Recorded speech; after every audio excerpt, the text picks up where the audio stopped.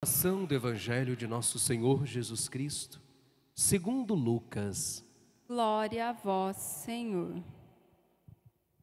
Naquele tempo, Jesus levou consigo Pedro, João e Tiago e subiu a montanha para rezar. Enquanto rezava, seu rosto mudou de aparência e sua roupa ficou muito branca e brilhante. Eis que dois homens estavam conversando com Jesus. Eram Moisés e Elias. Eles apareceram revestidos de glória e conversavam sobre a morte que Jesus iria sofrer em Jerusalém. Pedro e os companheiros estavam com muito sono. Ao despertarem, viram a glória de Jesus e os dois homens que estavam com ele. E quando estes homens se iam afastando, Pedro disse a Jesus: Mestre, é bom estarmos aqui. Vamos fazer 3 tendas, uma para ti, outra para Moisés e outra para Elias. Pedro não sabia o que estava dizendo. Ele estava ainda falando quando apareceu uma nuvem que os cobriu com sua sombra. Os discípulos ficaram com medo ao entrarem dentro da nuvem. Da nuvem, porém, saiu uma voz que dizia: Este é o meu filho, o escolhido, escutai o que ele diz. Enquanto a voz ressoava, Jesus encontrou-se sozinho. Os discípulos ficaram calados e naqueles dias não contaram a ninguém nada do que tinham visto. Palavra da salvação. Glória a vós, Senhor. Que a palavra do Santo Evangelho perdoe os nossos pecados. Amém. Carlos, pega o refrão do Salmo, fazendo um favor. Isso, pode ir sentando, tenha bondade. Queremos pedir ao Senhor esta graça nesta manhã. No alto da montanha, Pedro, Tiago e João se viram envoltos por uma luz, porque é isso que Jesus é. É isso que o Salmo 26 nos lembrou hoje neste refrão: o Senhor é minha luz e salvação. Vamos repetir? O Senhor é minha luz e salvação. Tenha bondade. O Senhor é minha luz e salvação. Vamos cantar junto, Senhor. O Senhor é minha luz e a salvação. Mais uma vez, igreja. O Senhor. O Senhor é minha luz e a salvação. E este salmo hoje, ele é muito lindo, né? A forma como o salmista, ele foi rezando, a forma como ele foi nos colocando dentro desse grande mistério que nós estamos vivendo. Vale a pena lembrar os textos, porque na sequência do versículo 1, depois que nós rezamos o Senhor é minha luz e salvação, já que Ele é luz e salvação, então o salmista vai dizer bem assim: de quem eu terei medo? Olha que lindo, né? Vamos repetir a frase completa então. O Senhor é minha luz e salvação. De quem eu terei medo, por favor, vocês? O Senhor. De quem eu terei medo? E esse de quem eu terei medo aqui do salmista, ele está olhando e trazendo diante dele a imagem da vida toda, da sua história. Não só pessoas, né? Não só medo de pessoas, mas de tudo que está em volta de si, de toda a sua caminhada, suas batalhas. Seria como a gente também dissesse assim: se São Miguel está comigo, então de que eu terei medo, né? De que eu terei medo? Ele está ali com a espada pronta para combater ao meu lado. O Senhor é minha luz e salvação. De novo, por favor. Dá trabalho para o segurinho aqui. Imagina, vamos junto, canta junto. O Senhor é minha luz e salvação. Só segura, por favor, segura um pouquinho. E daí continua o salmo ainda. O Senhor é a proteção da minha vida. Repete, compadre. O Senhor é a proteção da minha vida. Olha que salmo lindo, né? Diante de nosso caminho, de cada situação que a gente vive. Perante quem eu tremerei? Então, do que eu vou ter medo? Vou tremer diante do quê? Vou tremer diante do quê? O Senhor é aquele que ouve o seu povo, a voz do meu apelo. Ele atende por compaixão. Meu coração fala com Ele confiante. Mas o salmista, ele vai nos lembrar: a minha face, a vossa face que eu procuro, que está à procura do Senhor. E assim, o salmista faz esse encontro bonito. E termina dizendo: espera no Senhor e tem coragem. Dá uma olhadinha para quem está do seu lado e fala para ele: espera no Senhor e tem coragem. Pode falar para o teu irmão aí, para a tua irmã. Espera no Senhor e tem coragem. Repita para ele: espera no Senhor e tem coragem, porque o Senhor é minha luz e salvação. O Senhor é minha luz e a salvação. Espera no Senhor e tem coragem. O Senhor é minha luz, é minha luz e a salvação. Vamos aplaudir, Senhor, que cuida de nós, né? Amém. Glória a Deus, né? Pode sentar, filho, né? Pode descansar as pernas, né? Tá com os pontos na perna aí, né? Parar de judiar dele, né? Com as pernas machucadas ali.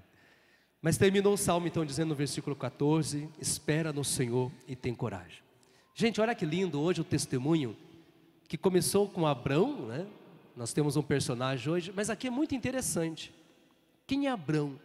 Abrão é uma pessoa já muito bem vivida. Esse encontro de Abrão com o Senhor é o encontro de uma pessoa já quase que numa idade avançada. Ele já não é novo quando tem esse encontro com o Senhor, mas ele já tinha o Senhor diante dele. Ele já era um homem temente a Deus, um homem temente ao Senhor, mas o seu nome ainda era Abrão, né? Depois o Senhor vai pegar o nome dele e vai aumentar um A, né? Abraão, para dizer que agora ele é o pai de um grande povo. E para isso ele fala assim: Abrão, olha as estrelas do céu e tente contá-las, jamais. E tente contá-las, assim vai ser a tua descendência. Qual que era o medo? Qual que era o medo de Abrão? Abrão já estava idoso, tinha lá o seu trabalho, a sua família, e não tinha um herdeiro. Era costume na época, quando o homem não tinha um herdeiro, quando ele via que de fato não seria possível ter esse herdeiro, alguém que pudesse ficar com a sua herança, né, daquilo que ele adquiriu na sua vida, e cuidar do seu patrimônio e levar à frente o seu nome, né, continuar o nome da família, ele escolhia um escravo, né, conforme o costume da época, um escravo em quem ele confiava, que era muito próximo dele, e ele como que adotava aquele escravo como filho. Ele tinha aquele como filho. E nesses casos, quando ele morria, aquele que fora escolhido por ele ia dar-lhe um enterro digno, né? Ia dar-lhe um enterro digno, ia cuidar do seu nome, ia cuidar da sua herança. Mas não era um filho nascido de si, então, e ele estava pensando que, puxa, já estou terminando. E naquele tempo, né, ainda muito forte, né, essa questão do nome que segue. E agora, como que eu vou fazer? E neste momento ele tem um encontro com Deus. Deus fala com ele. E Deus promete para ele, então, não só um herdeiro, mas Deus promete para ele uma grande nação, um grande número de filhos, incontáveis como as estrelas do céu. É claro que ele pede um sinal para Deus: Senhor, mas como que isso vai se dar? Ele fica um pouco assim, né? Porque ele confia, mas então ele pede para Deus confirmar aquilo. Senhor, para mim acreditar que isso é verdade, confirma para mim, né? Porque ele já estava já bastante vivido, né? confirma para mim. E conforme o costume da época, então para selar, né, uma aliança, para selar ali uma promessa, assim como hoje, agora há pouco, antes da missa, que é aos pés de São Miguel Arcanjo, né, foi selada uma aliança ali. Cadê o Alan Caju? Está onde? O Alan Caju está lá. Ei, Deus abençoe, tá? Diante do São Miguel Arcanjo ali, selaram a aliança de noivado, né? Vamos dar uma salva de palmas ao casal de noivos, né? Deus abençoe, tá?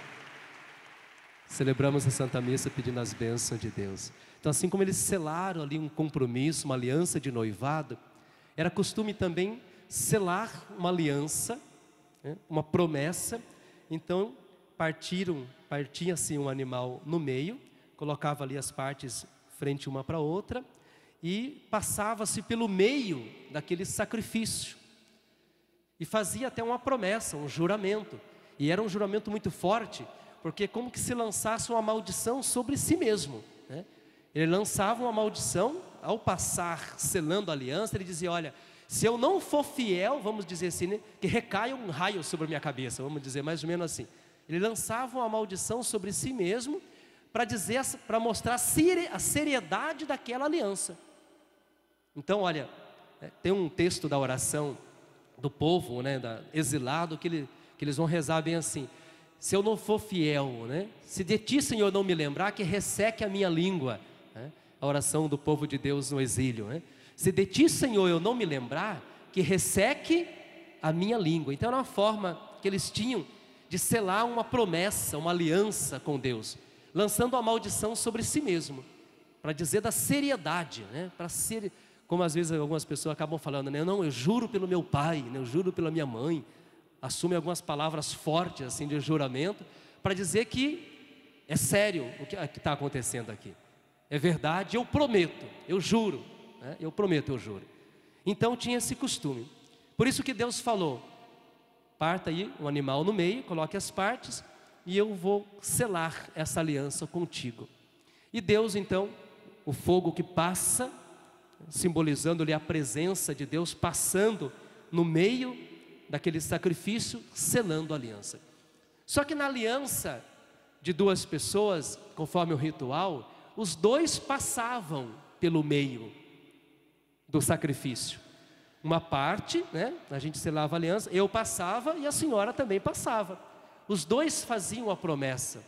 Interessante que no ritual da leitura de hoje, de Gênesis, apenas Deus passa. Vocês viram? Deus, ele faz uma promessa: eu prometo, a tua descendência será incontável, como as estrelas do céu. Mas ele não pediu para Abraão passar, porque é uma aliança dele conosco.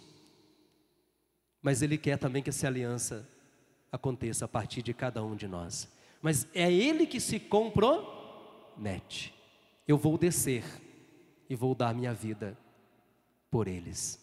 Ele se comprometeu comigo, ele se comprometeu com cada um de nós, amém? Ele faz essa aliança. Por isso que nós costumamos dizer, tem um texto da palavra que fala: maldito o homem que confia no outro homem, né? No sentido, a gente pode confiar no outro, mas acreditar que ele não pode errar, daí já é outra coisa, porque ele é tão humano quanto eu, então ele pode errar, né? A gente às vezes fica decepcionado: não acredito, eu confiei nele, eu confiei nela, como é que ele pôde fazer isso comigo? Porque ele é humano, é carne e osso, que nem tu, que nem a mim, é carne e osso. Então, maldito o homem que confia no outro homem nesse sentido. Eu confio, mas ele pode errar, porque ele é tão frágil quanto eu, ele é tão fraco, limitado quanto eu sou, carne e osso. Assim como eu posso errar, por mais que eu confie, ele também pode errar. Mas existe um laço de confiança, e isso é muito bonito. Mas agora a gente costuma dizer, no outro, 100% de fato, a gente não confia. Maldito o homem que confia no outro homem. Mas Deus, a gente costuma dizer essa frase: Deus nunca decepciona. Deus decepciona, sim ou não? Deus é fiel à sua promessa, sim ou não? Deus é fiel na sua promessa. Por mais que nós não sejamos fiéis à nossa promessa, Ele passa pelo meio do sacrifício, como passou na leitura de hoje, e Ele cumpre a sua promessa comigo. Ele cumpre a sua promessa com cada um de nós. E Ele cumpriu, né? Estamos vivendo um tempo da quaresma para lembrar que Ele cumpriu a sua promessa. Ele deu a sua vida e morreu na cruz por mim. E morreu na cruz por você. Fala para o teu irmão que está do seu lado, Ele morreu por você.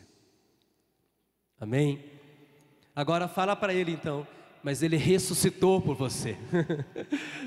Amém? Vamos aplaudir esse Deus que morreu e ressuscitou, né? Então Ele morreu, mas Ele ressuscitou. Amados, eu quero ir fechando essa pregação, trazendo alguns elementos muito importantes dessa liturgia do segundo domingo da quaresma. Primeira leitura então, falando dessa promessa de Deus e dessa aliança que nós fazemos. Segunda leitura, Paulo, provavelmente na prisão, escrevendo uma carta à comunidade de Filipe, né, os filipenses, falando, né, diversos detalhes aí nessa carta, escrevendo, citando nomes e agradecendo pela ajuda que lhe foi dada e assim por diante para a igreja. No fim ele entristece um pouquinho dizendo, olha, cuidado, porque tem muitos que se comportam como inimigo da cruz. O que significa ser inimigo da cruz? Inimigo de Deus, que não aceita, que escuta Deus, mas que não aceita Deus. É falso, assim como tem falsos profetas, falsos seguidores, que mostram uma coisa que na verdade não é, ou diante de qualquer cruz, diante de qualquer sofrimento, desiste, abandona, e assim por diante. Então são inimigo da cruz. São inimigo da cruz. E ele fala, olha, não seja inimigo da cruz. Assumam, né, com alegria, porque a cruz é um caminho de salvação. Eu termino com o texto do Evangelho de Lucas mostrando Pedro, Tiago e João subindo no monte como nós estamos, e ali estão com Jesus que transfigura, e Deus mostra, né? Mostra o Cristo glorificado, para dizer que olha, esse Cristo que vai passar pelo Calvário, esse Cristo que vai fazer a via sacra, que vai fazer o caminho sagrado, né? Este Cristo que vai subir ao monte e lá vai ser crucificado, esse Cristo vai ressuscitar, assim como Ele mesmo vai lembrando os apóstolos, no terceiro dia ressuscitarei, mas eu vou passar pela via sacra, eu vou passar pelo caminho sagrado. Convido você a ficar de pé, por favor. Nosso tempo de quaresma dentro da igreja é para nos lembrar que às vezes o nosso caminho é um caminho difícil. Amém? Que às vezes a cruz parece pesada em cima de nossos ombros, que às vezes é tão difícil carregá-la. Nosso tempo de quaresma é um tempo para nos recordarmos que a vida nem sempre, a gente costuma dizer, né, é um mar de rosa, né? Que a vida tem dificuldade, tem luta, tem uma série de situações que às vezes, se a gente não tomar cuidado, queremos desistir. A gente cai, como na via sacra, né? Nós nos encontramos diante de 3 estações. Primeira, segunda, Jesus cai pela 3ª vez. A via sacra neste tempo da quaresma é um momento importante para recordarmos que no nosso caminho também às vezes caímos. Que no nosso caminho às vezes a gente vai encontrar pedras de tropeço. E às vezes é um irmão, né? Alguém que se coloca diante de nós, ou alguém que em tanto a gente confiava, que nos decepciona. Às vezes é uma situação no trabalho, na vida pessoal, na vida afetiva, não sei. Mas o tempo da quaresma é para recordarmos que por mais que às vezes a cruz se torne pesada e a gente venha a cair, como muitos de nós já caímos, mas estamos de pé, levantamos. Tempo da quaresma, via sacra, é para nos lembrar que o Senhor caiu por nós e levantou por nós, e que diante dos tombos que a vida, das rasteiras que a vida porventura te der a nós, olha para cima, olha para o Calvário, olha para a cruz, porque Ele terminou o caminho dele. Ele terminou o caminho dele amando, Ele terminou o caminho dele perdoando, Ele terminou o caminho dele se doando, Ele terminou o caminho dele por mim. E Ele quer que a gente possa oferecer o nosso caminho por Ele.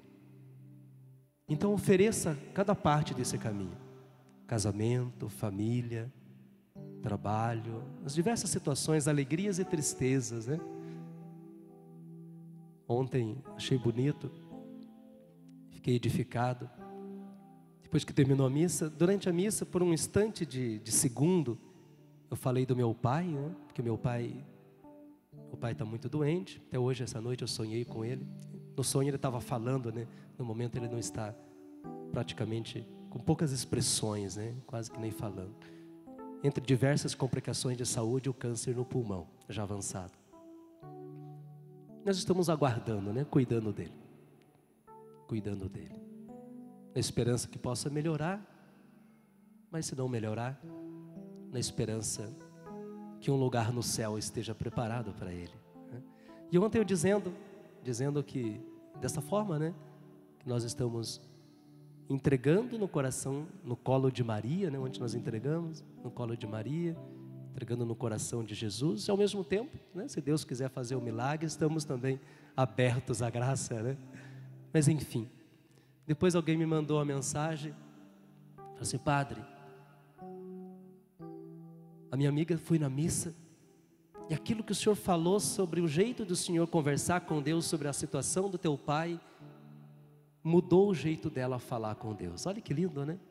Como que Deus faz as coisas.